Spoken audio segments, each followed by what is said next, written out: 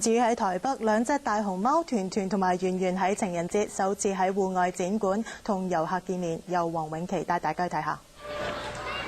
動物園安排團團同圓圓喺情人節朝早到戶外嘅展館同遊客見面。